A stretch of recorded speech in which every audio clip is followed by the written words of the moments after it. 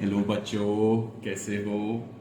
तो last class में जो हमने साइड्स और पॉलीगन के नाम डिस्कस किए थे, उसमें जो 4 साइड्स के पॉलीगन हैं उसके नेम्स डिस्कस करने रह गए थे। तो इस लेक्चर को पहले मैं उससे शुरुआत करूँगा। तो 4 साइड्स, अगर 4 साइड्स हमारी पैरेलल होती हैं, मतलब कि हम कहते हैं कि अगर यहाँ पर देख लेते हैं ए बी सी डी है ना। तो ये जो है, ये लाइन और ये लाइन पैरेलल हैं और ये दोनों पैरेलल हैं। ठीक है, ये चारों पैरेलल हैं तो उसे हम पैरेललोग्राम बोलते हैं। देन अगर 2 पैरेलल साइड्स हैं तो उसे हम ट्रेपीजियम बोलेंगे। तो ट्रेपीजियम कैसा होगा? ट्रेपीजियम होगा, ऐसे कर लेते हैं, ऐसा, ऐसे। ठीक है, तो ये ट्रेपीजियम है। देन अगर 4 पैरेलल साइड्स हैं विद ऑल 4 राइट एंगल्स, चारों राइट एंगल्स हैं तो रेक्टेंगल होगा। ठीक है, रेक्टेंगल, इसमें चारों एंगल 90 डिग्री के होंगे। ये बहुत अच्छी तरह याद कर लीजिएगा, क्योंकि इसी इसी कंसेप्ट पे क्वेश्चंस आ जाएंगे आपको, इसी कंसेप्ट पे ही। इसमें चारों पैरेलल साइड्स और चारों राइट एंगल, तो वो रेक्टेंगल हो गया।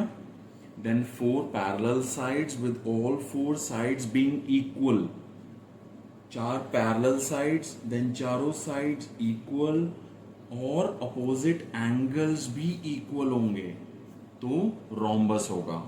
3 कंडीशन है रोम्बस की। रोम्बस में 4 साइड्स पैरेलल हैं, देन 4 साइड्स इक्वल हैं, then we have opposite angles as equal. ठीक है, तो रोम्बस भी देख लेते हैं।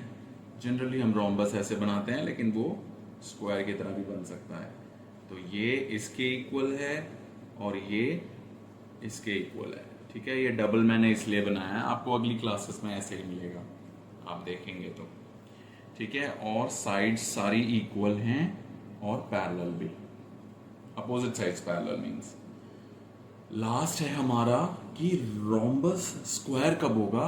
रोम्बस स्क्वायर जब होगा जब यहां पर हमने बोला अपोजिट एंगल्स बीइंग इक्वल, तब रोम्बस है।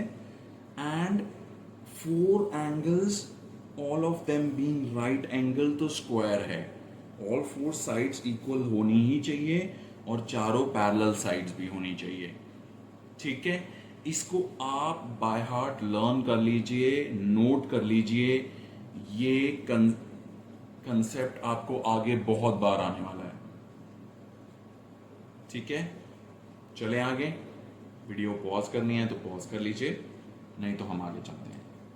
चलिए, तो आज का जो हमारा लेक्चर है उसमें मैं चैप्टर वाइज चल रहा हूँ। तो क्लास 6th में इंटीजर फिर से आया है, उसके कुछ कंसेप्ट्स आए हैं इंटीजर के और कुछ कंसेप्ट्स आए हैं फ्रैक्शंस के। तो इंटीजर की हम डेफिनेशन देखेंगे फिर से। देन वी विल सी कि integer on number line, then adding and subtracting an integer, then additive inverse of the integer. तो पहले ये चारों कंसेप्ट देखते हैं, उसके बाद हम नीचे फ्रैक्शंस पे आएंगे। कोई भी डाउट हो आप प्लीज़ कमेंट सेक्शन में डाल सकते हैं, नहीं तो आप मुझे जीमेल भी कर सकते हैं, मैं अपनी डिस्क्रिप्शन में जीमेल भी छोड़ दूंगा। चलिए, तो हमारा पहला कंसेप्ट है इंटीजर।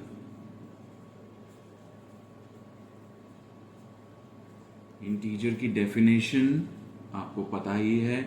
इंटीजर होता है including negative numbers, then 0 and positive numbers. A sequence which includes all these. So let's say if it's -3, -2, -1, 0, +1, +2, +3. ये integers हैं।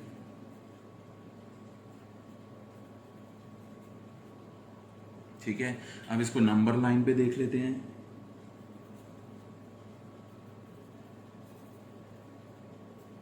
नंबर लाइन हम ड्रॉ करते हैं एक नंबर लाइन, उसमें 0 आ गया मिडल में, then we have -1, -2 and -3, then we have 1, 2 and 3। ठीक है, तो अगर हम -3 की बात करें तो this is -3, -3 is 3 points to the left of 0। ठीक है, ऐसे ही 2 का देखें अगर हम +2, तो 2 is right 2 points to 0, right में 2 points to 0। ये मैं 2 के लिए बोल रहा हूं, यहां पर 3 का डिस्कशन है। ठीक है, तो और क्या है नंबर लाइन में? हाँ, नंबर लाइन में एक और चीज है कि starting from 0,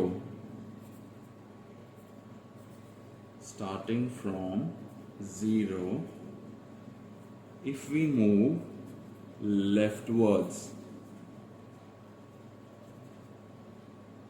then numbers decrease, है ना। जैसे ये देखिए 0 से -1 आए, -1 से -2, -3, -3 is the smallest of all the numbers represented in this number line, and moving towards right of 0,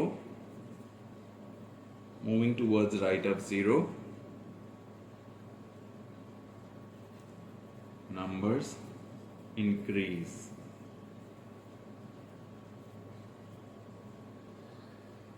ठीक है, लेफ्ट डिक्रीजेस, राइट इंक्रीजेस। ठीक है, ये है इंटीजर्स और नंबर लाइन। चलिए आगे देखते हैं।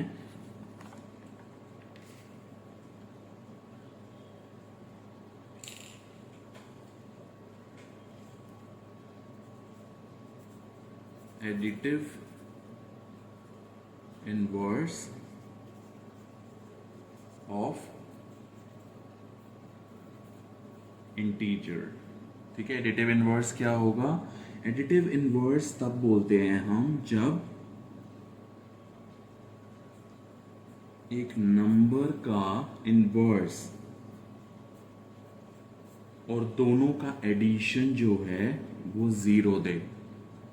जैसे 10 के लिए हमने किया, 10 का एडिटिव इनवर्स -10 है और इन दोनों का एडिशन जो है वो 0 देगा हमें।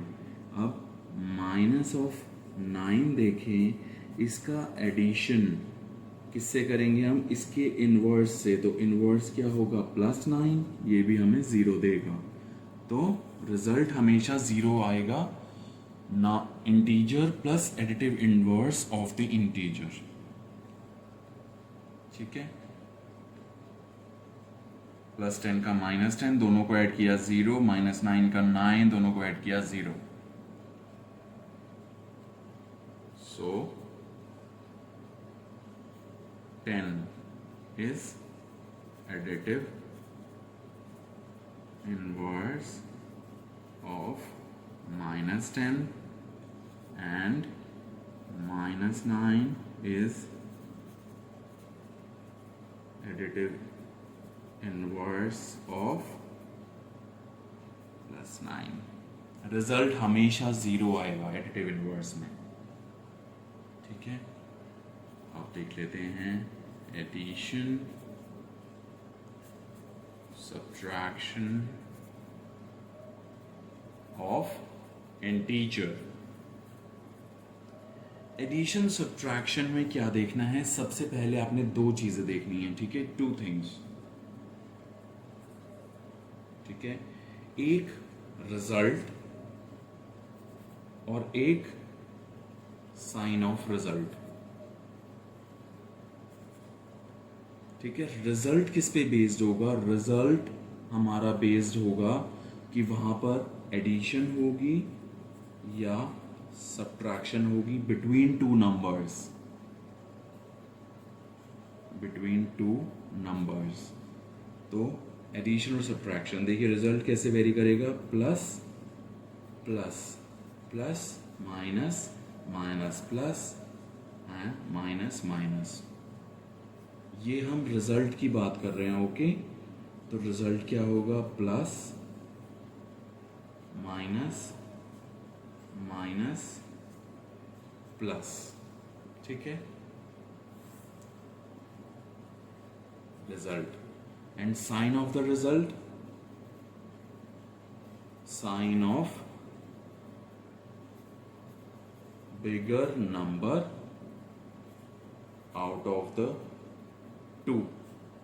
जो भी दो में से बिगर नंबर होगा उसका साइन ले लिया जाएगा, ठीक है। एक दो एग्जांपल्स देख लेते हैं, ये लर्न कर लीजिएगा आप। Plus plus plus, plus minus minus, minus plus minus and minus minus plus. देखिए जब दोनों साइन हमारे सेम होंगे तो एडिशन हो रही है ना। दोनों साइन अगर सेम होंगे और अगर दोनों में से एक भी साइन हमारा नेगेशन का जुड़ जाता है तो माइनस आ जाएगा। डिफरेंस ले लेना है हमने। देखते हैं हम कैसे कर रहे हैं इसको, एग्जाम्पल से देख लेते हैं।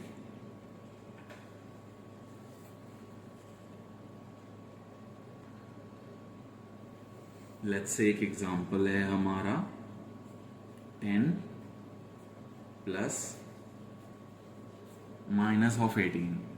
तो इसमें सबसे पहले आप साइन बताइए किसका लगेगा, पॉज कीजिए, ठीक है, जो नोट किया है उसे देखिए और तब बताइए। बिल्कुल भी जल्दबाजी नहीं करनी है आपको। साइन जो है वो बड़े वाले नंबर का लगेगा, हम साइन देंगे माइनस, और क्योंकि यहाँ पर कोई भी साइन नहीं है, ना माइनस ना प्लस, और हम प्लस लगा के चलेंगे, ये ऑब्वियस होता है। तो plus plus plus plus minus minus, तो ये सब्ट्रैक्ट होंगे। 18 minus 10 is 8 and sign of bigger number -8 आ जाएगा। चलिए अगला देख लेते हैं। अगला है -20 प्लस 18 -28।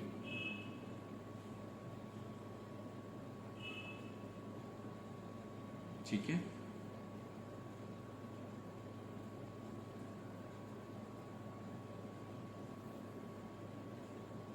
इसको हम ऐसे भी लिख सकते हैं, -20 प्लस 18 प्लस -28। ये मैंने क्यों लिखा है, क्योंकि जो माइनस कभी भी अगर बाहर होगा तो उसको आप प्लीज़ नंबर के साथ जोड़ दीजिए और फिर आप अपना एडिशन सब्ट्रैक्शन परफॉर्म कीजिए। अब देखिए, सबसे पहले तो हम साइन की बात करेंगे, ठीक है। यहाँ पर प्लस का साइन, ऑब्वियसली 18 लिखा था तो मैंने प्लस अपने आप लिखा है, ठीक है। अगर कुछ नहीं लिखा तो प्लस लिखेंगे। माइनस प्लस माइनस, यहाँ पर बड़ा किसका है, 20 बड़ा है तो माइनस आ जाएगा, और माइनस माइनस, यहाँ पर भी ये नेगेटिव है, ठीक है। तो सबसे बड़ा किसका है, 28 के साथ माइनस है तो यहाँ माइनस ले लेंगे हम, है ना। अब यहाँ पर देखिए माइनस प्लस माइनस, चलिए पहले इसको परफॉर्म कर लेते हैं हम। माइनस प्लस माइनस तो -2, है ना, और -28, देन -28 का माइनस ले लिया हमने, और माइनस माइनस क्या होता है, प्लस होता है, इनको ऐड कर देंगे, -30 ये आंसर है, ठीक है। ये -30 इज द आंसर, ठीक है। आप ऐसे ही करिए और करिए परफॉर्म, और एक्सरसाइजेस कर लीजिए। आप एनसीईआरटी की भी देख सकते हैं, RS अग्रवाल की भी देख सकते हैं, बट प्लीज़ इससे रिलेटेड क्वेश्चंस जरूर करिए। ये वाला बहुत इंपॉर्टेंट है, ठीक है। Sign of the bigger number always. चलिए, अब हमारा इंटीजर्स का कदम हो गया। अभी हम देखते हैं फ्रैक्शंस। ओके, ठीक है। फ्रैक्शंस को मैं दो पार्ट्स में कर दूंगा। अभी टाइम कम है तो हम फ्रैक्शंस को थोड़ा सा डिस्कस करेंगे।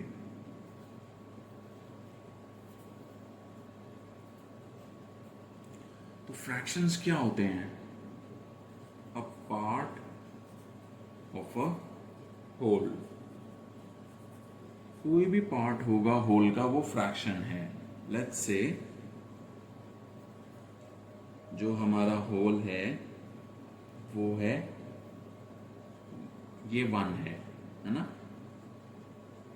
1 होल है, उसको हमने 2 पार्ट्स में डिवाइड किया। यहां पर देख रहे हैं ना आप, तो 2 पार्ट्स में डिवाइड किया तो each part equal to half. ये भी हाफ है और ये भी हाफ है। ऐसे ही अगर मैं इसको 4 पार्ट्स में डिवाइड करता हूं तो ईच पार्ट इक्वल टू 1/4। बशर्त है कि ये इक्वल होना चाहिए। Condition is these 4 parts must be equal, then we can say each part is 1/4, and here we say each part is 1/2 and both are equal, so we get a whole 1. ठीक है, this is the definition.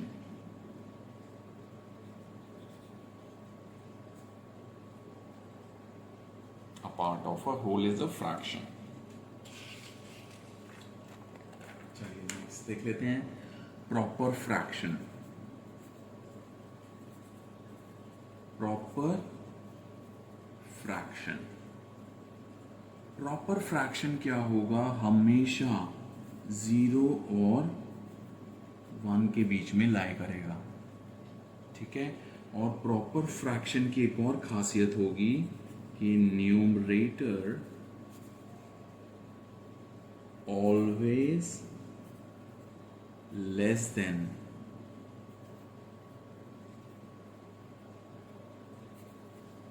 Denominator. Numerator is always less than, ये less than का sign है। देखिए ये sign है हमारा less than, ये है ग्रेटर देन, है ना।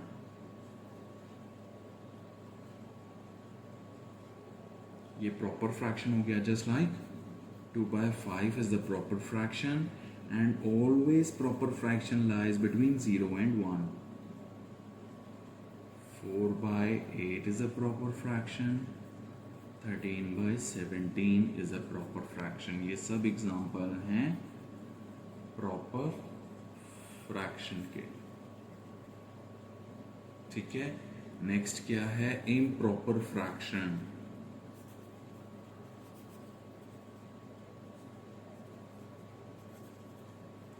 इम्प्रॉपर फ्रैक्शन में पहली बात तो कि it does not lie between 0 and 1, 0 और 1 के बीच में नहीं होता, and numerator is greater than denominator. Numerator हमेशा डिनोमिनेटर से बड़ा होगा। Just like 14/10, 15/10, 20/15. These are the examples of improper fraction, ठीक है।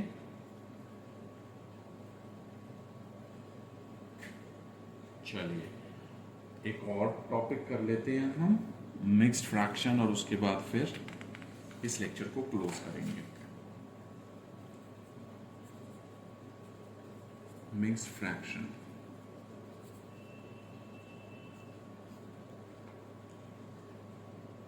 किसी भी फ्रैक्शन को मिक्स फ्रैक्शन कब बोलेंगे? इसको हम मिक्स फ्रैक्शन बोलेंगे, like 2 3/5. This is a mix fraction. 4 7/8, again a mixed fraction. 10 3/13. ठीक है, ये भी मिक्स फ्रैक्शन है. These are all examples of mixed fraction.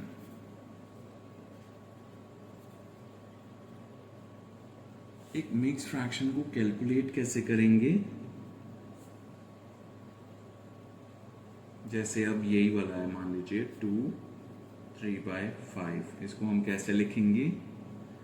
2 × 5 + 3 upon denominator that is 5. तो ये हो जाएगा 13/5. 4 7/8 को देख लेते हैं. 4 × 8 + 7 / 8.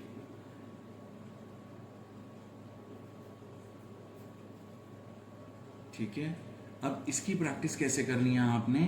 एसएससी में आपने ये नहीं लिखना है 10 3/13 आया है, इसको आप सीधा रिजल्ट लिखेंगे और रिजल्ट से सीधा आप मिक्स फ्रैक्शन लेके आएंगे.